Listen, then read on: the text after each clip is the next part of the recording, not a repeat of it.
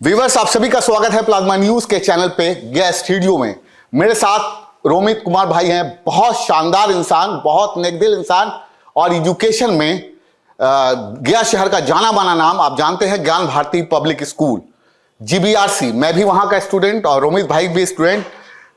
बेहतरीन स्कूल, और ना जाने ज्ञान भारती स्कूल ने कितने बच्चों को IPS अधिकारी बनाया, IAS अधिकारी बनाया, डॉक्टर्स बनाया, जिनको मैं जानता हूं, जर्नलिस्ट बनाया। रोमित भाई, आपने बहुत कीमती वक्त दिया। मुझे बहुत खुशी है कि आप हमारे प्लाज्मा के स्टूडियो में आए हैं। हमारी एक नई कोशिश है कि गया शहर को एक नया आयाम मीडिया के फील्ड में दिया जाए और लोगों तक पहुंचकर उनकी आवाज पहुंचाया जाए। सबसे पहले तो धन्यवाद आपको कि आप मेरे साथ पढ़े और इस मुकाम पर आप जर्नलिज्म के काम में आगे बढ़ रहे हैं। जैसे मैं जानता हूँ भी आपको कि आप दिल्ली में भी काफ़ी काम किए हैं और गया शहर में आकर इस क्षेत्र में आगे बढ़ने की आपका जो प्रयास है, गया को जागृत करने का, जो गया को सच्चाई दिखाने का, जो आईना दिखाने का जो आपने ये मुहिम चालू किया है, उसके लिए आप धन्यवाद के पात्र हैं। रोमित भाई, एक चीज़ है, क्योंकि आप ज्ञान भारती स्कूल इतना बड़ा स्कूल है, बहुत बड़ा ब्रांड है, हम लोग पढ़े हुए हैं। एक चीज़ जो मुझे बहुत खटकती है दिल्ली में, जब हम लोग पढ़ाते हैं, सेंसस रिपोर्ट करता है कि बिहार इलिटरेट स्टेट है, आज भी बना हुआ है। क्या मेजर्स होने चाहिए आपके अकॉर्डिंग कि इसको सुधारा जा सकता है, बिहार को और बेहतर किया जा सकता है? नहीं, एजुकेशन सिस्टम में सबसे बड़ी तो जो गवर्नमेंट स्कूल्स में अकाउंटेबिलिटी की कमी हो गई है। आप बच्चे वहाँ पढ़ रहे हैं लेकिन टीचर्स पे कोई अकाउंटेबिलिटी नहीं है। अभी आपने देखा कि BPSC के थ्रू, एग्जाम्स के थ्रू टीचर्स का अपॉइंटमेंट हुआ है, तो प्राइवेट स्कूल्स, मैं जानता हूँ मेरे स्कूल से हो, ज्ञान भारती से हो या DAV से हो, चाहे नाजिया क्रेन के जो अच्छे अच्छे टीचर्स थे वो गवर्नमेंट स्कूल्स में चले गए। लेकिन जब उनसे मैं बात करता हूँ पर्सनल लेवल पे, तो कहते हैं कि हम लोग का सिर्फ इतना ही रहता है कि हम स्कूल जाते हैं और आते हैं, पढ़ाने से कोई मतलब नहीं है, बच्चों को भी पढ़ने से कोई मतलब नहीं है। क्योंकि है क्या कि आप टीचर्स पर रिजल्ट ओरिएंटेड कोई अकाउंटेबिलिटी उन पर आप नहीं डाल रहे हैं। तो जब आप डालिएगा नहीं तो स्वाभाविक रूप से कहीं ना कहीं वो लैक करेगा, जिसके कारण पढ़ाई के प्रति जो बच्चों के में भी जो एक लगन होना चाहिए, जो टीचर्स में भी जो एक मार्गदर्शन उनको जो देना चाहिए था, वो कहीं ना कहीं लैक हो रहा है। इसके कारण पढ़ाई की समुचित जो व्यवस्था होनी चाहिए थी बिहार में, खास करके गवर्नमेंट स्कूल्स में, उसकी कमी है। आप प्राइवेट स्कूल्स में देखिए, टीचर खराब है लेकिन अकाउंटेबिलिटी इतनी जबरदस्त है कि वो सेकंड ग्रेड के टीचर से भी result first grade oriented result दे रहे हैं। यही गवर्नमेंट स्कूल्स, जब पहले आपको पता होगा कि पहले ये कोऑपरेटिव की तरह चलते थे, वो गांव में एक कोऑपरेटिव के टाइप से करके गांव के लोग उसमें फंड डोनेट करते थे और उसमें अकाउंटेबिलिटी होती थी टीचर्स की, और उस समय रिजल्ट ओरिएंटेड ज़्यादा थे और बच्चों को मोटिवेशन ज़्यादा था। लेकिन आज के डेट में कहीं ना कहीं वो हम लोग लैक कर रहे हैं। बिल्कुल, आपने सही कहा। मगर एक चीज़ और है जो मैं पाता हूं कि ड्रॉप आउट रेशियो बहुत ज़्यादा है। मैं अगर बच्चों से बातचीत करता हूं तो मैं एक चीज़ ऑब्जर्व करता हूं, भाई आप क्या बनोगे, तो बोलता है डॉक्टर है, इंजीनियर है। ये तो तय करेगा 10th का रिजल्ट, तो उसको साइंस मिलेगा, आर्ट्स मिलेगा, कॉमर्स मिलेगा।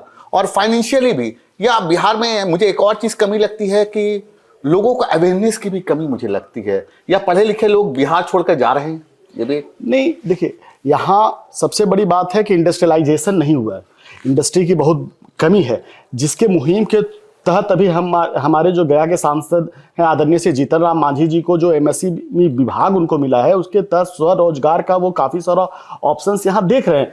क्योंकि इंडिया पहले भी या बिहार पहले भी, यहाँ बहुत आज से 100 साल पहले यहाँ बहुत बड़ी बड़ी फैक्ट्रियाँ नहीं होती थी, छोटे छोटे उद्योग हुआ करते थे जो घर में बना, जैसे आप घर में बांस से आप कटोरा बना सकते हैं, बांस का बहुत सारा बाई प्रोडक्ट्स बन सकता है, और भी लोहार का काम हो जो, तो वैसे छोटे छोटे कामों को जब तक हम लोग प्रोत्साहित, स्किल डेवलपमेंट जिसको आजकल हम लोग कहते हैं, स्किल डेवलपमेंट को आप जब तक प्रोत्साहित नहीं कीजिएगा तब तक किसी भी राज्य का विकास नहीं हो सकता। बड़ा इंडस्ट्री से ठीक है, मुंबई को फायदा हो सकता है, गुजरात को फायदा हो गया है, लेकिन बिहार जहां की डायरेक्ट पोर्ट की एक्सेसिबिलिटी नहीं है, जहां डायरेक्ट आपको इंटरनेशनल बॉर्डर्स नहीं है, तो आप लैंडलॉक्ड स्टेट है।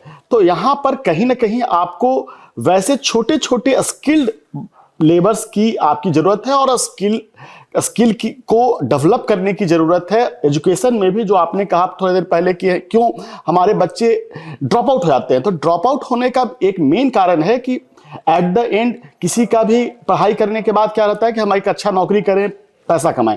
तो वो देखता है कि हम जब ड्रॉप आउट होकर भी उतना ही कमा लेते हैं, पढ़ने के बाद भी उतना ही कमा लेते हैं, तो कहीं 7th में 8th में ड्रॉप आउट हो जाता है कि जब मेरी कमाई जब सेम ही रहने वाली है, उससे कोई हमको स्किल नहीं मिलने वाला है। तो अब हिस्ट्री, एक बच्चा जिसको ब्लैक स्मिथी का काम करना है, मतलब कि उसको ठठेरा का काम करना है या उसको मोची का काम करना है, जिसको आप समझिए कि, और उसे आप हिस्ट्री का और ज्योग्राफी का डिटेल नॉलेज दे रहे हैं, तो उसको लगता है कि ये मेरा बेकार समय जा रहा है। तो आपको बच्चों को जो एजुकेशन सिस्टम है उसमें कहीं ना कहीं स्किल डेवलपमेंट ओरिएंटेड प्रोग्राम्स आपको लाना होगा। वो लाइएगा तभी जाकर क्लास ड्रॉप आउट भी कमेगा, और क्लास एक बार आप 10th 12th पास करने के बाद आप हमेशा आप सरकारी नौकरी के लिए या इंडस्ट्रियल नौकरी के लिए आप बिहार जैसे स्टेट्स में आप नहीं सोच सकते। तो छोटे छोटे नौकरी के प्रति आपको सजग रहना होगा, जो जिसको कहते हैं स्वावलंबी बनने की जरूरत यहां पड़ेगी। बिहार को कहीं ना कहीं स्किल डेवलपमेंट की जरूरत है।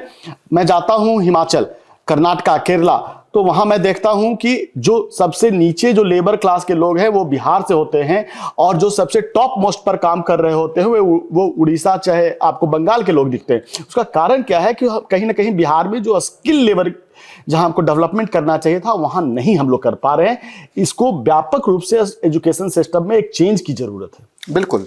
रोबित जी, क्योंकि आप एजुकेशनल परिवार से हैं, इतना बड़ा ग्रुप ऑफ इंस्टीट्यूशन चलाते हैं, अचानक पॉलिटिक्स में कैसे, हम लोग पॉलिटिक्स में देख रहे हैं कि अचानक रोमित भाई पॉलिटिक्स में आ गए, ऐसा क्या हुआ कि पॉलिटिक्स में आना हो गया? नहीं, पॉलिटिक्स में तो हमारे फैमिली से काफ़ी लोग पहले से ही हैं, और मैं आदरणीय श्री जीतन राम मांझी जी के साथ पिछले 7 साल से जुड़ा हुआ हूं।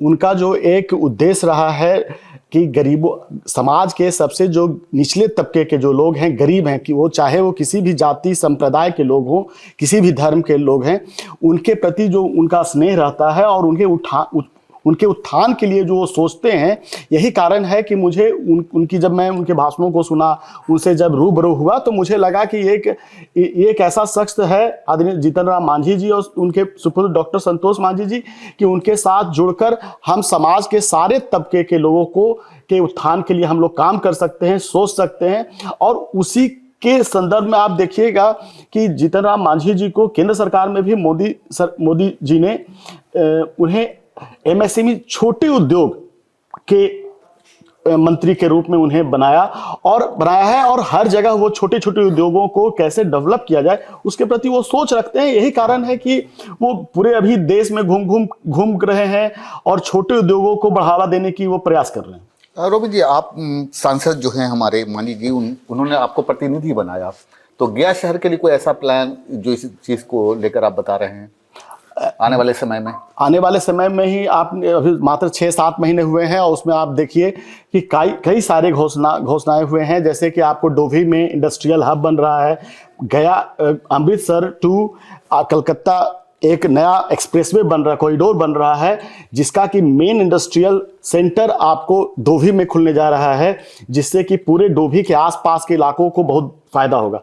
दूसरा, आपको गया बोध गया कॉरिडोर बन रहा है, जिसमें कि दोनों जो धर्म स्थल है दोनों को हम लोग डेवलप करके और टूरिस्ट यहाँ कैसे गया में पहुंचे, जिससे कि ये टूरिज्म डेस्टिनेशन बन सके। बोध गया तो आप जानते हैं इंटरनेशनल जगह है, गया हमारा पूरे हिंदू समाज के लिए पूरे विश्व में जाना जाता है। तो दोनों को, बुद्धिज्म और हिंदुइज्म को किस तरह से एक करके दोनों का टूरिज्म कैसे बिहार में बढ़ाया जाए, इसके लिए एक नया कॉरिडोर की बात पिछले बजट में की गई।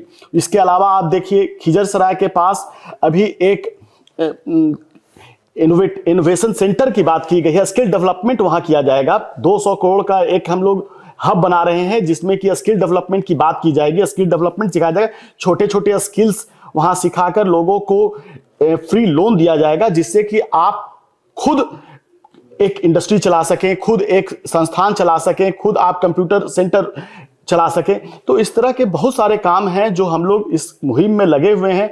आप देखिए अभी मेट्रो की बात हो रही है, गया में मेट्रो लाने की बात चल रही है। तो इस तरह से लगातार आदरणीय श्री जीतन राम मांझी जी का जो मोटिव है, जो उनका अब वो उनका सोच यही है कि 80 साल मेरा उम्र हो गया है, इस अंतिम जीवन के अंतिम पड़ाव में है, तो उनका एक ही है कि हम किसी तरह से गया के लिए कुछ करके चले जाएं। तो उन्होंने सब कुछ पा लिया अपने जीवन में, MLA 8 बार रहे, वो MP हो गए हैं, लेकिन उनसे जब मैं बात करता हूं, उनकी जब बात को सुनता हूं, तो वो एक ही बात बोलते हैं कि मैं गया के लिए नहीं कुछ कर पाया। तो वो बार बार गया के लिए लड़ रहे हैं, और मुझे पूरी उम्मीद है कि आने वाले 5 साल में गया में पटना के बाद बिहार का सबसे बड़ा सिटी गया बनने जा रहा है। बिल्कुल मान जी, बहुत नेक इंसान है, मैं भी मिला हूं कई बार। ये प्रोग्राम का पहला एपिसोड है। राइजिंग गया शहर के जो राइजिंग स्टार हैं वो आज के रोमी साहब हैं। रोमी साहब, एक अनाउंसमेंट भी यहीं पर है।